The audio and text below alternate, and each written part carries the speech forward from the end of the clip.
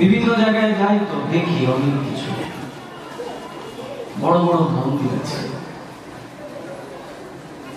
লক্ষ টাকা খরচ করে মন্দির, কিন্তু দেখা যায় ওই মন্দিরের যখন বাৎসরিক কীর্তন হয় না, 5 দিন 6 দিন কীর্তনের আয়োজন, তখন একদম ঝাড় পোছা রং দেয়া, মানে কত কিছু, যত সুন্দর করে মন্দিরকে সাজানো যায়, খুব ভালো হতো। ভগবানও চায় যে আমার ভক্তরা মন্দিরে আসবে, এই সময় যদি মন্দিরের আবর্জনাগুলোকে একদম পরিষ্কার করে দেয়, তাহলে আমার ভক্তরাও এসে আনন্দ পাবে, ভক্তরাও সুন্দর করে বসবে, ভক্তরাও সুন্দর করে আমার নাম আমার কথা শ্রবণ করবে, এটা ভগবান চায়। কিন্তু এর মানে তো এটা না যে বছরে এই 5 দিন আর 7 দিনের জন্যই শুধু ঝাড় পোছা, আর সারা বছর ওই মন্দিরে চামচিকার বাঁধন বসবাস করবে। কিন্তু দুঃখের বিষয়, বিভিন্ন জায়গায় এটাই চোখে পড়ে। ওই কোন আমলে ঠাকুরের গায়ে একটা কাপড় পরিয়েছিল, এই কাপড়ের উপরে এক পরত মাটি পড়ে আছে, কেউ একটু পরিষ্কার করারও সময় নাই, অথচ বিশাল দায়িত্ব নিয়ে বসে আছে। ওই মাথায় আছে ওই অনুষ্ঠানের সময় প্রচুর লোকজন আসবে, তখন একটু ভালো করে ঝেড়ে টেড়ে ওই কাপড় বদলে নতুন একটা কাপড় বসে। এটা কখনো ভালোবাসা হতে পারে না, এটা কখনো প্রীতি হতে পারে না। আর ভগবানকে পাওয়ার একদম সহজ রাস্তা ভগবান কৃষ্ণ শ্রীমদ্ ভগবত গীতায় অর্জুনকে উপলব্ধ করে আমাদের জানিয়ে দিয়েছেন। এই শান সতত যুক্তানা, এখানে অনেক গীতার সাথে যুক্ত অনেক মাস্টার মশাইরা আছেন যারা গীতার শিক্ষা দিচ্ছেন সমাজকে। সেখানে কি বলছেন? তেষাং সতত যুক্তানাং ভজতাং প্রীতি পূর্বকং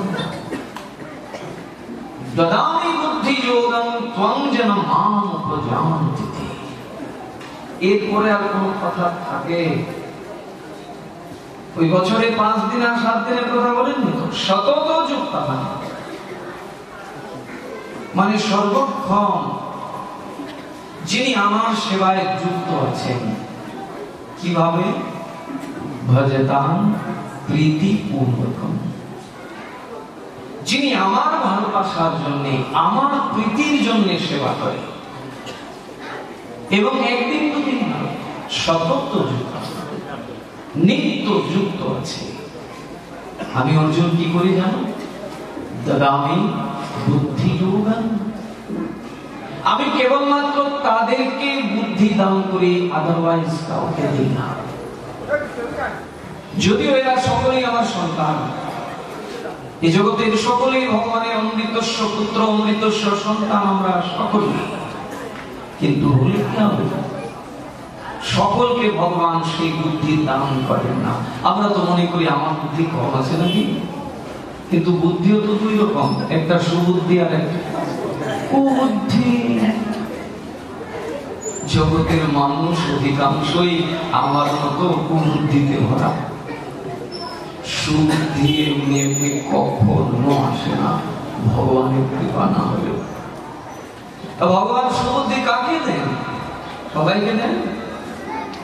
সতত যুক্তানাং ভজতাং প্রীতিপূর্বকং দদামি বুদ্ধি, আমি তাকেই সেই বুদ্ধি দদামি মানে দান করি। কিসের জন্য? ত্বং যেন মাম উপজানতি, এমন এক বুদ্ধি তাকে দান করি যে বুদ্ধি পেয়ে এই জগতের কোন মায়া, কোন জঞ্জাল তাকে আর ধরে রাখতে পারে না, সে আমার হয়ে যায়।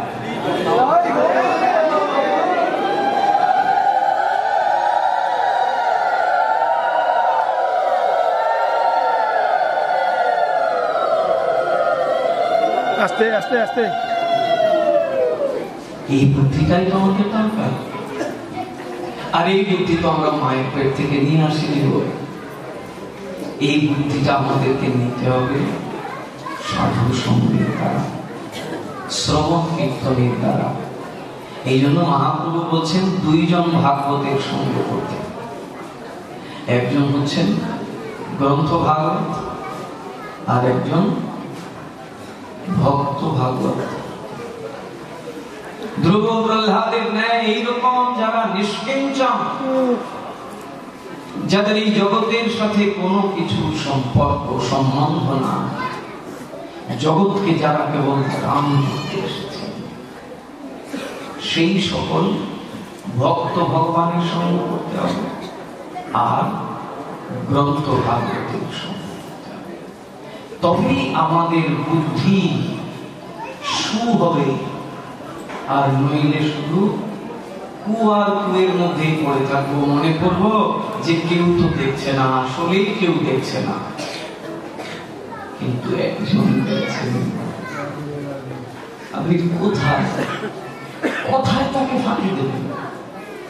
আপনি বড় করে একটা মাটির গর্ত করে ভেতরে ঢুকেও যদি করেন, ওখান থেকে শিখে, কারণ তাকে দেখতে গেলে ওই গর্তের ঢাকনা খুলে দেখতে হবে না, সে যে সবার হৃদয়ে বসে আছে, ওখান থেকে সব দেখে। আমার হিয়ার মাঝে লুকিয়েছিলে